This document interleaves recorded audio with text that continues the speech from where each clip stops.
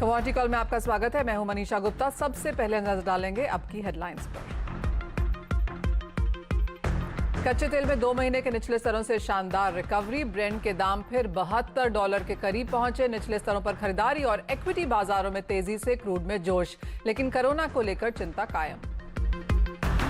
Risk sentiment बेहतर होने से सोने चांदी पर दबाव। कॉमेक्स पर सोना 2 हफ्ते के निचले स्तर पर। एमसीएक्स पर चांदी के दाम 67,000 के नीचे आए। बेस मेटल्स में रौनक लौटी। एमसीएक्स पर कॉपर और निकल में आधे से 1% की बढ़त। रिस्क ऑन सेंटिमेंट के कारण निचले स्तरों पर खरीदारी। एमसीएक्स पर कॉटन के भाव नए शिखर पर। 1 महीने में कीमतों में 10% की बढ़त। अच्छी मांग और सप्लाई तंग होने से कॉटन में जोश। कई उत्पादक क्षेत्रों में बारिश ना होने से गुआर में लगातार छठे दिन तेजी। एनसीडीएक्स पर गुआर गम 2% ऊपर। स्टॉक लिमिट बढ़ने से चने में रौनक कायम। वायदे में भाव 5100 के करीब पहुंचे। हमारे साथ जुड़े हैं मोतीलाल ओसवाल के नवनीत दमानी और आईएफएल सिक्योरिटीज के अनुज गुप्ता। आप दोनों का कार्यक्रम में स्वागत है। नवनीत, आपसे शुरुआत करेंगे और अंतर्राष्ट्रीय बाजारों में उठापटक यानी कि वॉलेटिलिटी अभी भी कायम है। इन सब के बीच आपकी टॉपिक्स कहां हैं? Good afternoon Manisha ji. हमने लास्ट 2-3 दिनों में उठापटक का जो मामला देखा है वो मुझे लगता है गोल्ड और सिल्वर पे थोड़ा सा ज़्यादा हावी हो गया है और थोड़ा सा नेगेटिव बायस देखने मिल रहा है शॉर्ट टर्म में। बट आज के सेशन में ऐसा लग रहा है कि बेस मेटल में जो स्ट्रेंथ देखने मिल रही है और गोल्ड में जो ठहराव देखने मिल रहा है उसके चलते सिल्वर में अच्छी इंक्रीमेंटल गेंस देखने मिल सकती है second half of the day में। 66,600 के आसपास बाय करना चाहूँगा। 66,200 का आप स्टॉप लगाइए एंड 67,400 के ऊपर के टारगेट देखने मिल सकते हैं। सेकंड ट्रेड रहेगा क्रूड ऑयल, जो कि लास्ट 2-3 दिनों में एक मंदी के माहौल के बाद में कल एक पॉजिटिव बायस या अच्छा पॉजिटिव रिट्रेसमेंट दिखाया है और आज के सेशन में भी सुबह से अच्छी स्ट्रेंथ दिखा के पॉजिटिवली होल्ड कर रहा है। ऐसा लग रहा है कि जो करेक्शन ड्यू था क्रूड ऑयल प्राइस में काफ़ी दिनों से वो ऑलरेडी आ चुका है और अब वापस अपवर्ड डायरेक्शन क्रूड ने पकड़ा है। 5270 के आसपास आप बाय कर सकते हैं। 5220 का आप स्टॉप लगाएं। 5370 तक के टारगेट देखने मिल सकते हैं। ऑलराइट, खरीदारी यहां पर बाजार में लौटती हुई नजर आ रही है। वो दोनों ही पिक नवनीत की तरफ से बाय की तरफ हैं, चांदी और कच्चे तेल में। अनुज, ऊपरी स्तर अपर सर्किट्स, आजकल एग्री कमोडिटीज में पिछले 2-3 दिनों से यही हाल है। आपकी टॉपिक्स कहाँ हैं? Manisha ji, good afternoon. जैसा कि आपने बताया कि ग्वार में कंटिन्यूसली बारिश कम होने की वजह से ट्रेंड पॉजिटिव रहा है, तो हमारी टॉपिक भी ग्वार सीडी रहेगी। ग्वार में खरीदारी करें 4,300 के आसपास। स्टॉप लॉस 4,200 का, टारगेट 4,450 4500 तक का टारगेट देखने को मिल सकता है। वहीं कपास में भी हमने एक अच्छी रौनक आते हुए देखी है। कॉटन लाइफ टाइम हाई पे ट्रेड कर रहा है। कपास में भी हायर लेवल्स हैं, तो यहाँ पर अभी भी तेजी देखने को मिल सकती है। तो कपास में खरीदारी करें 1400 के आसपास। स्टॉप लॉस 1350 का, टारगेट करीबन 1470 तक देखने को मिल सकता है। तो ग्वार सीड और कपास दोनों में खरीदारी का ट्रेड बनाया जा सकता है। चलिए, आज खरीदारी के साथ हमने ये शो शुरू किया है, चाहे वो एग्री हो या नॉन एग्री स्पेस हो। हल्की सी बुलिशनेस यहां पर सभी सेक्टर्स में देखने को मिली है और एक बड़ा करेक्शन, लेकिन बहुत छोटा दायरे वाला करेक्शन में तेल तिलहन के बाद अब इस महीने में फिर से तेजी देखने को मिली है। विदेशी बाजारों से अच्छे संकेत हैं। बुआई में देरी के कारण सोयाबीन और सोया तेल में इस महीने 12 से 15% का उछाल देखने को मिला है। वहीं सीपीओ और सरसों में करीब 7% की तेजी है। आगे तेल तिलहन का रुझान कैसा रह सकता है, इस पर बात करने के लिए हरीश एक्जिम के गोयल हमारे साथ मौजूद हैं। गोयल जी नमस्कार। अच्छी खासी बढ़त यहां पर फिर से लौटती हुई नजर आई है और जून में जो भी गिरावट देखने को मिली थी, जुलाई में उससे ज्यादा बढ़त अब यहां पर है। ऑल टाइम हाईज पे सोयाबीन के भाव हैं। ऑफ कोर्स यहां पर फंडामेंटल्स बढ़त वाले हैं, चाहे वो अंतर्राष्ट्रीय बाजार हो, भारतीय बाजारों में बारिश का सिनेरियो या फिर बुआई में दिक्कतें हैं। आप करंट प्राइसेस को कैसे देखते हैं और क्या फंडामेंटल्स आप वॉच कर रहे हैं? हम सोयाबीन की बात करेंगे तो सोयाबीन में अब तक काफी अच्छी सोइंग हुई है। अभी लास्ट प्राइवेट एजेंसीज का जो डेटा था वो 104 लाख हेक्टेयर तक सोइंग हुई थी, पर जो गवर्नमेंट डेटा आया है वो 85 लाख हेक्टेयर का डेटा आया है। गवर्नमेंट का डेटा लेट है, पर इस बार जो है सोइंग हम ओवरऑल मान के चल रहे हैं 20 से 25% की सोइंग कम होगी, तो उसका हमारे को क्रॉप पे काफी बड़ा इफेक्ट देखने को मिलेगा। उसी को लेके मार्केट की रैली बनी हुई है। हेलो जी, तो गोयल जी, आपको क्या लगता है कि जो फैक्टर्स हैं सारे के सारे इन द प्राइसेस हैं? अगर आप कह रहे हैं कि यहाँ पर बुआई के संकेत अच्छे देखने को मिल रहे हैं, तो फिर इतनी तेजी क्यों है और इन करंट लेवल्स पे क्या करने की राय देंगे? जो क्रॉप है वो 115 लाख टन की जमाई सोयाबीन की क्रॉप थी, वो ऑलमोस्ट फिनिश खत्म हो गई है। अब जो एंड में जो है सीजन की डिमांड बहुत अच्छी आई थी अभी मिड जुलाई में और फर्स्ट वीक जुलाई में, एंड जो आप अप्रैल मई में डिमांड बहुत अच्छी थी, उसके लेके सोयाबीन खत्म हो गया है। तो बीन की वजह से बीन में काफी लंबी रुझान बना हुआ है तेजी का। जून में हमने एडिबल ऑयल में, सोयाबीन में, सब में करेक्शन देखा था। उसका reason actually international market reason था। डोमेस्टिक में अभी डिमांड काफी बनी हुई है।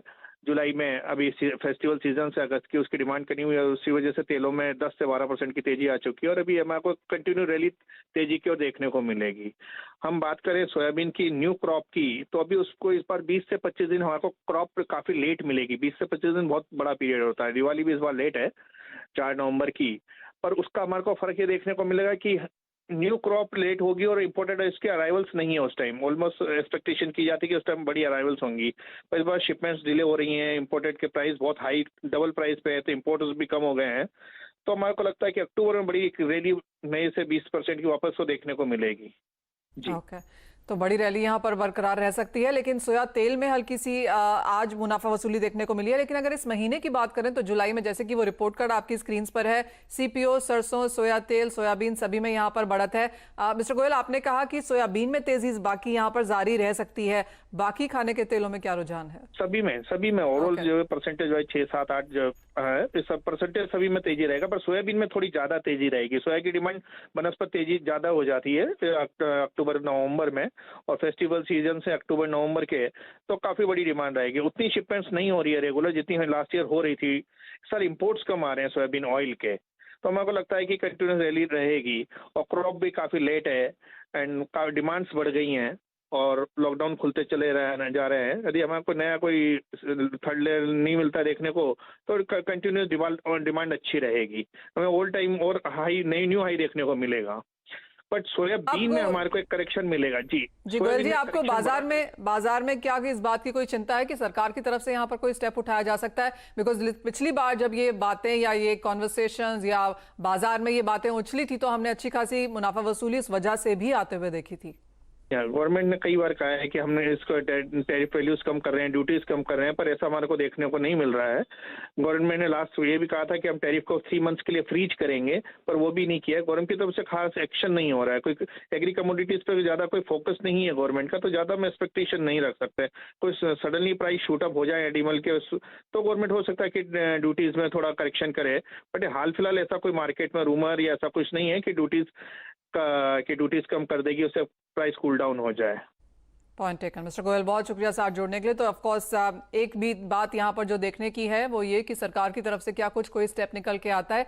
अदरवाइज यहाँ पर फंडामेंटल सारे के सारे बुलिशनेस की तरफ हैं। ऑल टाइम हाई सोयाबीन में ऑलरेडी हैं और ट्रेड को लगता है कि यहाँ से भी अच्छी खासी तेजी की उम्मीद देखने को मिल पाएगी। अनुज, आप कैसे देखते हैं खाने के तेलों को? आपने खरीदारी की राय यहाँ पर गुआर और कपास में दी है, लेकिन जिस तरह से खाने के तेल रिएक्ट कर रहे हैं, आपको कितनी बढ़त की उम्मीद है?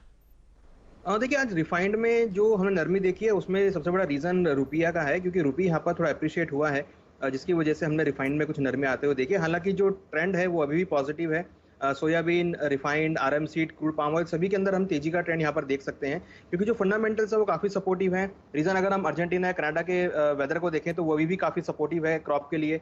मुझे लगता है कि उससे जो है आने वाले दिनों में भावों में तेजी का रुख देखने को मिले। और अगर हम इंडिया की बात करें तो यहाँ पर अभी जो बुआई है वो थोड़ा सा पीछे चल रही है, क्योंकि थोड़ा मानसून जो है वो लेट यहाँ पर आता हुआ दिखाई दिया, जिसकी वजह से जो बुआई का आंकड़ा है वो यहाँ पर कम है। मुझे लगता है कि अभी फिलहाल शॉर्ट टर्म में, क्योंकि आगे अभी मानसून धीरे धीरे गति पकड़ रहा है, तो हो सकता है कि आगे जाकर जो बुआई है वो बढ़ती हुई दिखाई दे। मगर फिलहाल सॉरी शॉर्ट टर्म में जो ट्रेंड अभी पकड़ा हुआ है मार्केट ने वो आगे कंटिन्यू रहेगा। और अगर हम टारगेट लेवल्स की बात करें तो सोयाबीन मुझे लगता है कि 8,300 तक के लेवल को छू सकता है। वहीं रिफाइंड के अंदर हम 1400 का टारगेट कर सकते हैं। तो फिलहाल अभी आने वाले 10 या 15 दिन और मुझे लगता है कि अभी जो है वो ट्रेंड पॉजिटिव ही रहेगा। तो अगर रणनीति बनानी है आने वाले 10 से 15 दिनों के लिए तो खरीदारी की रणनीति यहाँ पर रखनी चाहिए।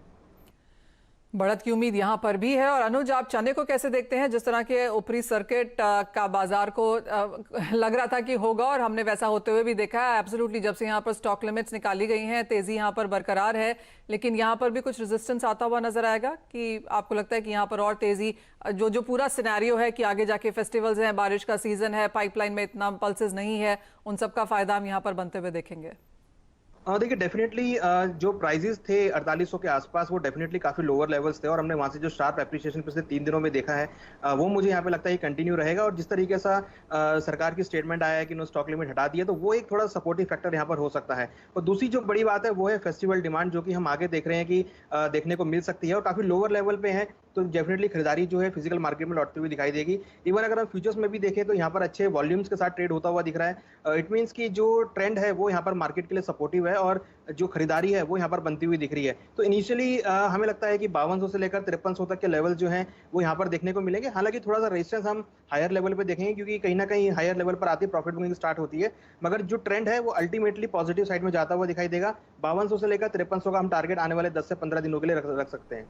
यानी कि तेजी यहाँ पर अक्रॉस एग्री कमोडिटीज में आगे जारी रह सकती है एटलीस्ट अगले 10 से 15 दिन के लिए। और वो इन्फ्लेशन नंबर्स में ऑफ कोर्स हमको देखने को मिलेगा अभी, क्योंकि जो जून में गिरावट देखने को मिली थी वो शायद जुलाई में यहाँ पर टर्नओवर होती हुई नजर आएगी। इंटरनेशनल एग्रीकल्चर प्राइसेस में बढ़त देखने को मिली है, तो वो इंपोर्टेड इन्फ्लेशन भी हमें यहाँ पर देखने को मिलेगी। और भारतीय बाजारों में जिस तरह का मानसून है, जिस तरह की प्राइस मूव्स हैं, हम आशा यही करते हैं कि जो हमारे दर्शक हैं, जो ट्रेडर्स हैं, स्टेक होल्डर्स हैं, वो यहाँ पर इन प्राइसेस को हेज जरूर कर रहे हैं। लेकिन आगे बढ़ेंगे, एक और सेक्टर है जहां पर हमने अच्छी खासी तेजी आज फिर से लौटते हुए देखी है, वो है मेटल्स। कॉपर में करीब 1% की बढ़त देखने को मिली है। निकल में यहां पर 5 महीने के हाईज के आसपास कारोबार है। लेड में 3 साल के हाईज के आसपास कारोबार है। और जहां तक टिन की बात है, ये ऑल टाइम हाईज पर एलएमई पर कारोबार कर रहा है।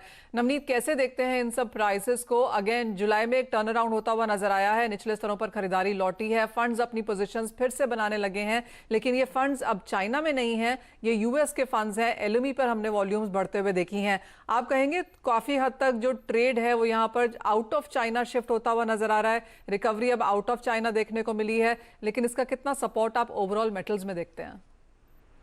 वेल मनीषा जी, ये बहुत जाहिर फैक्ट है कि चाइनीज प्लेयर्स जो बार्गेन हंटर्स होते हैं और जब भाव इतने ऊंचे स्तर पे होते हैं वो जनरली आउट ऑफ मार्केट रहते हैं, they are not very active in the market. And अब जो है हम सीटीए पार्टिसिपेशन देख रहे हैं या जो हम हेज फंड पार्टिसिपेशन देख रहे हैं, जो भी देख रहे हैं वो बेसिकली प्राइसेस को नेक्स्ट लेवल हाई अप ले जाने के लिए है। उसमें लेस ऑफ फंडामेंटल्स है और मोर ऑफ मॉनेटरी इन्फ्यूजन है, जो कि प्राइसेस को ऊपर के लेवल्स की दिशा दिखा रहा है।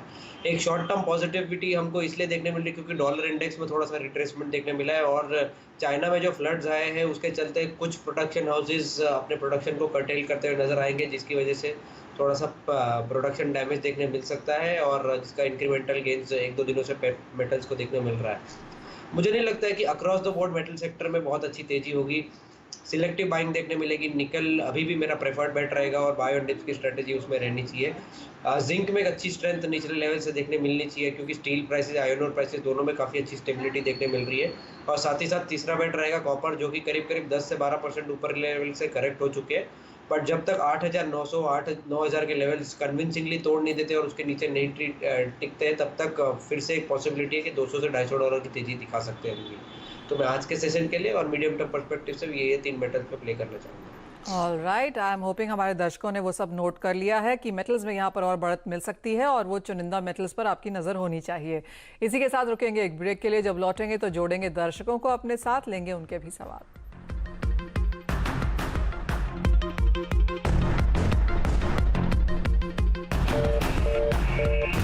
जी कॉल में आपका स्वागत है। वो समय है जब अपने दर्शकों को अपने साथ हम यहाँ पर शो में जोड़ते हैं और उनके सवाल भी लेते हैं। बरेली से सबसे पहले हमारे साथ रवि फोन लाइन पर मौजूद है। नमस्कार रवि, कैसे हैं आप और क्या है आपका सवाल? बढ़िया है सब लोग मैम। और मेरा सवाल मेंथा ऑयल पर है और अनुज गुप्ता जी से मेरा सवाल है जी सर। सबसे पहले तो मैं ये जानना चाहता हूँ मेंथा में कि इस साल जो क्रॉप में जो नुकसान हुआ है लोगों का बेमौसम बरसात से, तो ये कितनी क्रॉप नुकसान में आई है और इसका फ्यूचर आगे आने वाले 3-4 महीनों में कैसा रहेगा? रवि, आपने मेंथा तेल हाजिर में लिया है या फिर फ्यूचर्स में? मैं फिजिकल पे ले रखा है मैंने। फिजिकल में मेंथा ऑयल आपके पास है। ओके अनुज, आपने सवाल सुना, क्या लगता है आपको मेंथा की फसल और भावों का व्यू आगे जाकर? देखिए, जो मेंथा की फसल है उसमें जो हम देख रहे हैं करीबन 8 से 10% की जो क्रॉप डैमेज है वो है, जिसकी वजह से हमें लगता है कि आने वाले समय में जो भाव है वो ऊपर की तरफ आ सकते हैं। हालांकि हमने हायर लेवल देखे थे और वहां से करेक्शन भी आता हुआ देखा, क्योंकि ऑलमोस्ट जो अराइवल्स हैं वो पूरी होती हुई दिखाई दी है। और इस बार एक चीज और इम्पोर्टेंट है कि जो मेंथा की प्रोडक्शन है वो भी यहाँ पर बढ़ती हुई दिखाई दी है।